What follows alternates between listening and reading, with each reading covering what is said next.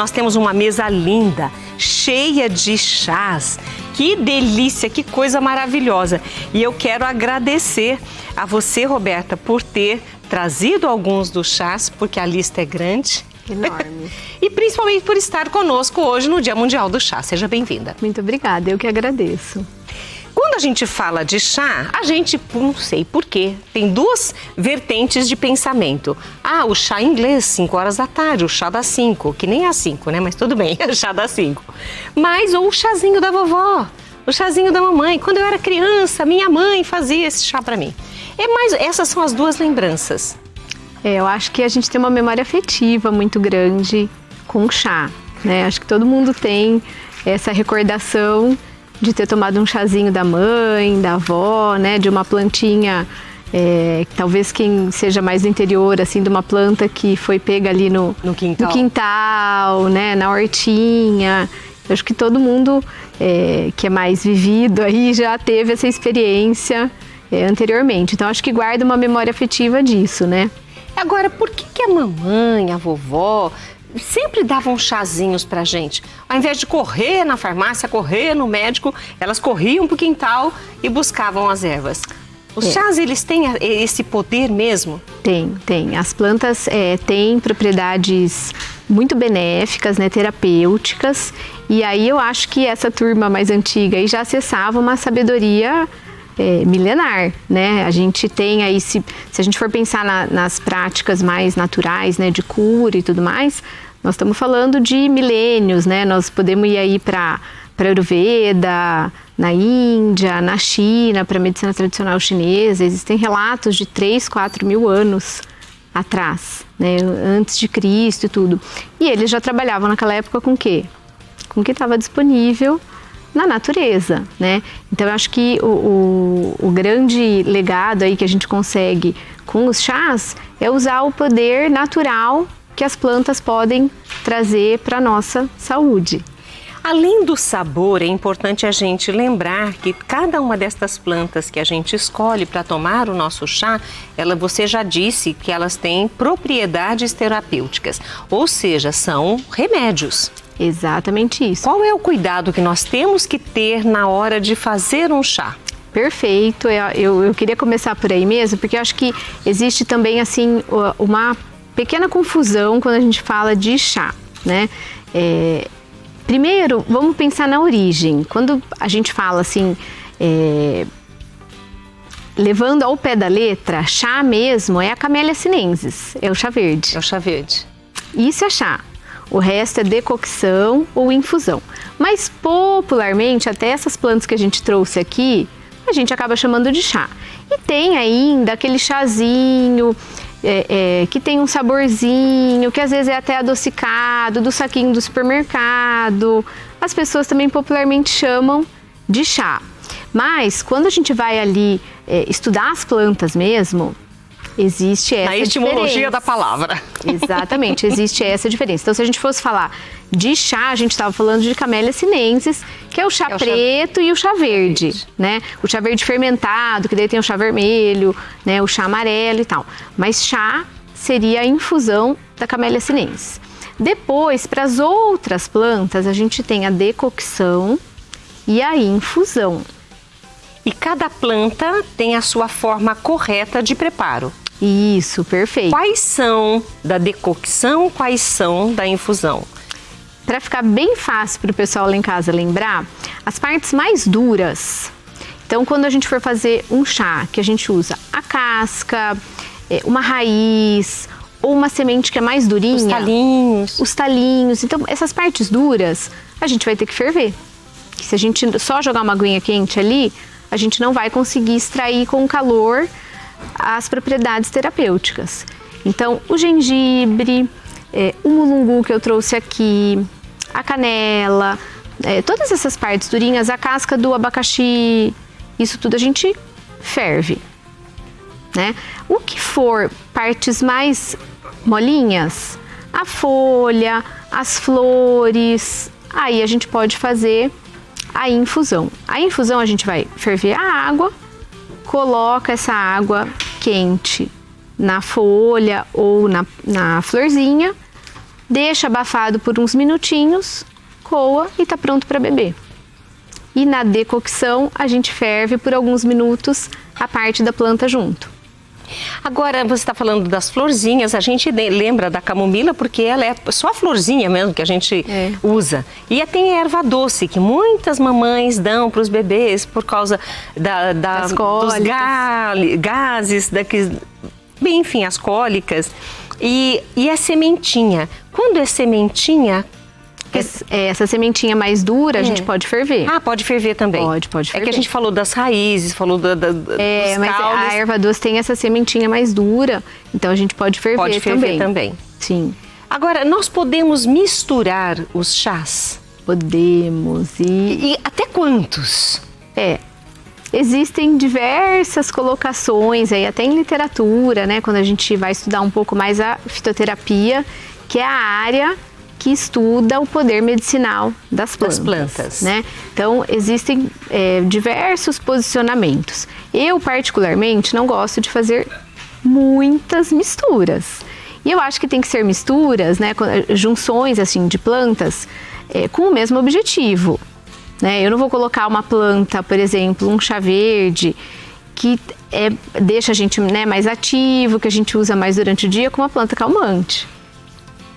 Porque aí a gente está colocando coisas ali que de repente não conversam muito bem.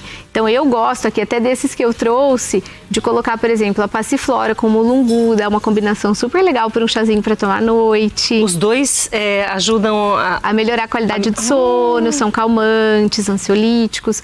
Ou então até a camomila com o mulungu, ou a camomila com a passiflora, a espinheira santa com a carqueja. Só desses 5 aqui a gente já faz um monte de combinação. A carqueja precisa, assim, ter muita força de vontade. Precisa, mas a gente precisa também treinar o saborzinho amargo, né? Meu Deus do céu. É um dos sabores que a gente tem na língua, a gente só quer comer o doce e o salgado, a gente deixa o amargo de lado e a gente precisa dessa tonificação amarga para melhorar o processo digestivo. Então a gente precisa tomar chá de carqueja?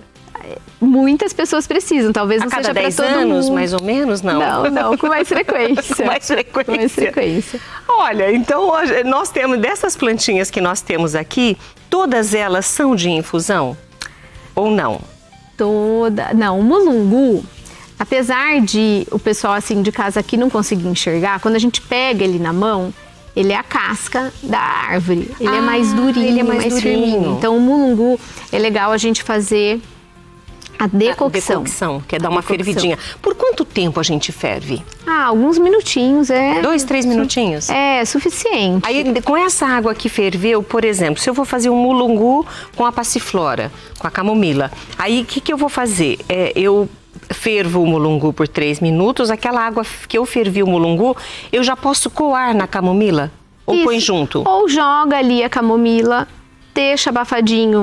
Posso jogar na chaleira também. 2, 3 minutinhos. E aí coa tudo e bebe.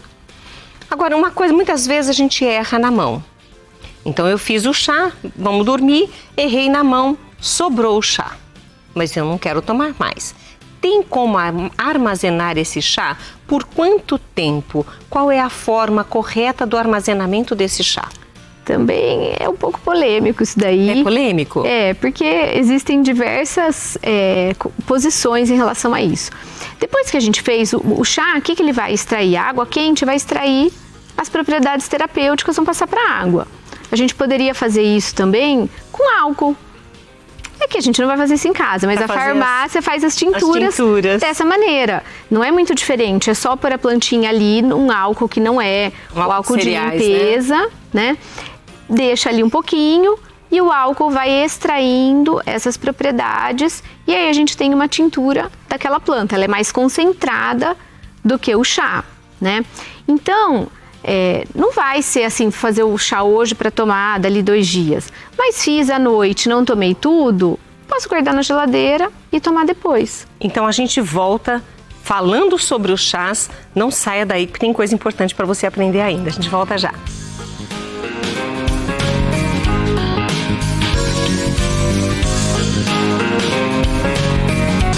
Estamos falando sobre os chás. Nós comumente os conhecemos como chás, mas já foi explicado no primeiro bloco. Fica aqui o convite para depois você assistir na íntegra a nossa entrevista hoje com a nutricionista e naturopata Roberta Vilas Boas, porque é justamente esse tema. A gente pode tomar chá a hora que a gente quiser? Quais chás que a gente pode tomar? Como prepara o chá? Quer dizer, são muitas dicas, muitas regrinhas importantes para a gente extrair o melhor das plantas. Agora, nós estamos falando aqui sobre os benefícios delas, né? Você disse de algumas, depois a gente pode até retomar, mas é importante que as pessoas saibam que também alguns chás têm alguns efeitos colaterais. Por isso a gente deve tomar cuidado com a quantidade e até o tipo da planta. Perfeito. Existem também carência de estudos. Então, às vezes, a gente fala, é melhor não usar, porque a gente não tem comprovação científica. Então, um caso clássico que eu falo para ter muito cuidado sempre são as gestantes. Porque a gente não tem estudo em gestante que garanta a segurança do uso daquela planta. Porque lembrando que não é porque é planta, que é natural, que está tudo certo. Eles têm ativos, né? Muitos medicamentos alopáticos têm os ativos extraídos de plantas, né? Então, eles têm um poder muito importante e interessante na nossa saúde. Um exemplo interessante até que eu trouxe aqui, a passiflora, o mulungu e a camomila, muitíssimo cuidado quem já usa medicamento psiquiátrico. Então, quem usa remédio para dormir, quem usa calmante, quem usa remédio para ansiedade, né? Nós somos um dos países mais ansiosos deste planeta. Nós tivemos um aumento de doenças psiquiátricas muito considerável na pandemia. Sim. E aí as pessoas vão buscando esses recursos, que é muito interessante procurar um recurso mais natural.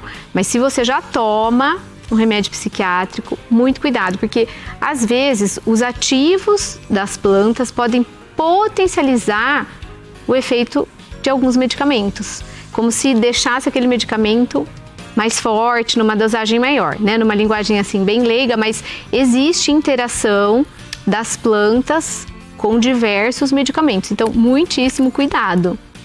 Perfeito, e essa dica com certeza é importante e espero que você nunca precise tomar medicamentos, né, psiquiátricos para algum equilíbrio emocional, mas se está tomando, esse cuidado é importante. E é interessante também a gente entender que cada planta tem a sua propriedade e não é só porque para bebê, o bebê pode tomar que você pode tomar indiscriminadamente. Isso, perfeito. Tomar cuidado com o horário do dia e acho que principalmente tentar entender qual é o objetivo, né? Por que eu vou buscar específica erva?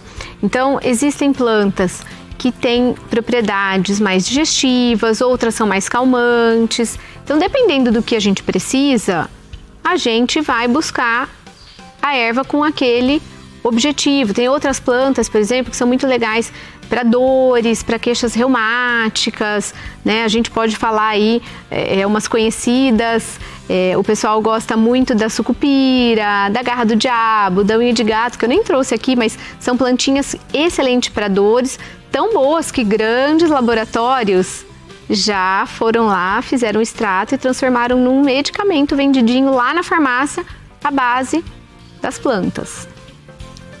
Entendi. Inclusive, na hora do intervalo, nós estávamos conversando, eu tomo chá de alecrim para ajudar na digestão, estômago, me sinto muito bem, né? Refluxo, essas coisas, eu me sinto muito bem com alecrim. E quando eu estou dirigindo, eu gosto de deixar um raminho de alecrim no carro para poder dar uma cheiradinha naquele raminho de alecrim, que você fica super atento ao trânsito. Aí você fala assim, mas o alecrim, ele serve também, que foi a pergunta que fizeram para a Roberta na hora do intervalo, né, Roberta? Isso. E aí um dos nossos cinegrafistas perguntou para poder passar num machucado, numa contusão.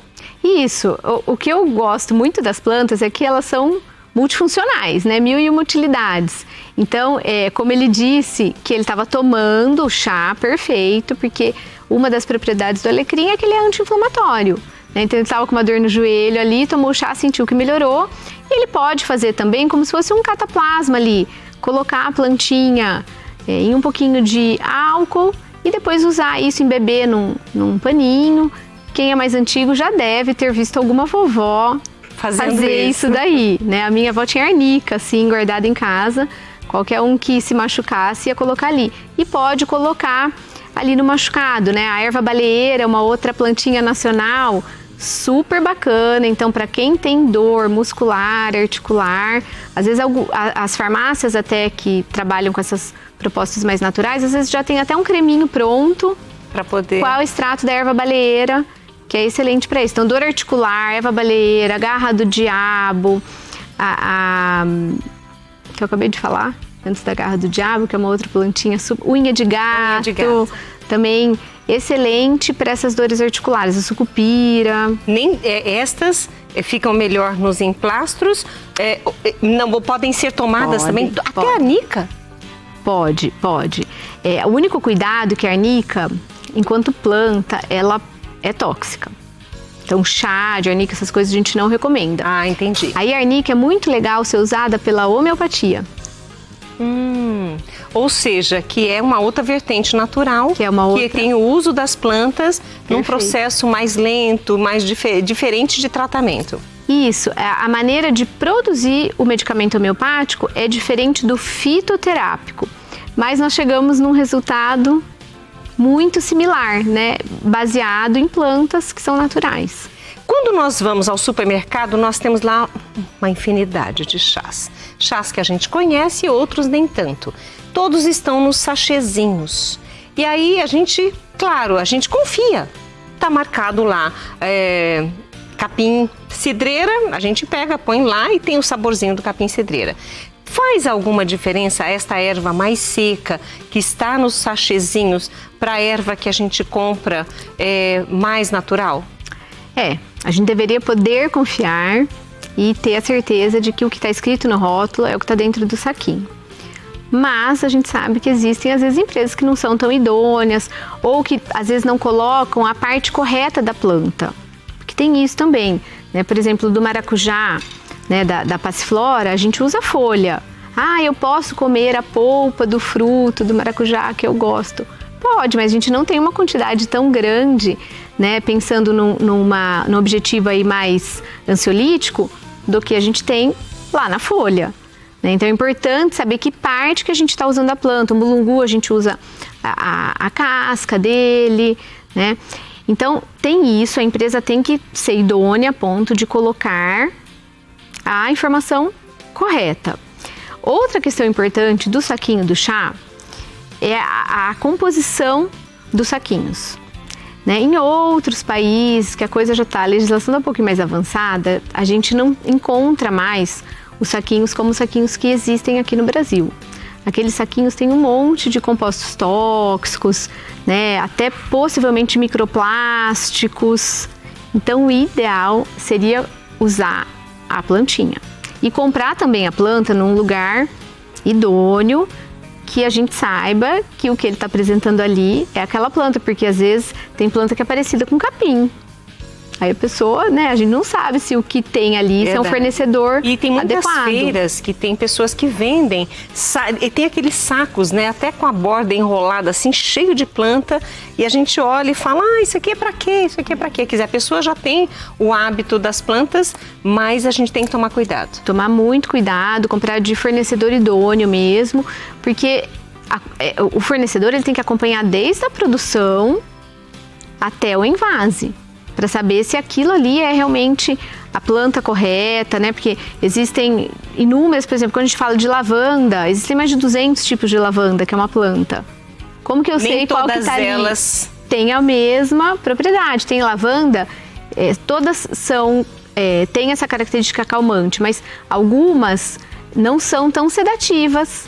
Então eu já vi, né, e a pessoa não está doida, pessoas dizendo que usaram lavanda e ficaram mais agitadas. E depende do tipo da lavanda que usou. Entendi. Então não basta o rótulo, mas precisa essa especificação. Então na naturopatia, essa orientação, esse buscar o problema que a pessoa está vivendo e a cura ou mesmo o tratamento através das plantas é muito importante, porque vai ter uma indicação correta de como usar e o que usar. Perfeito, é isso mesmo. Nossa, olha, eu tô amando essa aí. Eu, como amo chás, então eu sou suspeita. Então são duas. Eu sou suspeita pra. Peraí, deixa eu só ver. Eu sou suspeita pra falar. Gente, eu amo chá. E os meus filhos, eu tava contando pra Roberta, eles foram criados com chá. Então, chá é bom demais. E nós temos várias pessoas aqui. A Lídia Tassini colocou: boa tarde, Rita Maria, sou de Araras. Parabéns pelo programa educativo. Eu tomo chá de louro. Agora vou experimentar o de alecrim. O louro eu uso para dormir. O alecrim para ficar acordada. Isso, perfeito. É isso e até mesmo? Você falou do raminho do alecrim. A gente pode extrair os ativos da planta de diversas maneiras. Isso que você falou tá perfeito, a gente até já entra nos óleos essenciais. A gente pode fazer o chá da alecrim e a gente pode extrair os óleos essenciais e usar dessa maneira, cheirando, que ele é super estimulante. Então, o alecrim com esse objetivo, eu indico muito para a gente deixar do lado da mesinha de trabalho, para os estudantes, quando vai estudar para a prova, fazer a prova, dá uma cheiradinha ali, deixa o vidrinho do óleo essencial de alecrim e dá uma cheiradinha antes de precisar de mais foco, de mais atenção. E a Lígia ainda falou que a erva baleeira creme é excelente para as dores musculares. Legal. E olha, a Odisa falou do chá de mulungu. Não vou conseguir ler todos os recados, mas eu agradeço a Roberta Vilas Boas por estar conosco, nos passar aí nesse Dia Mundial do Chá estas informações. Obrigada por sua presença. Eu que agradeço. Muito obrigada.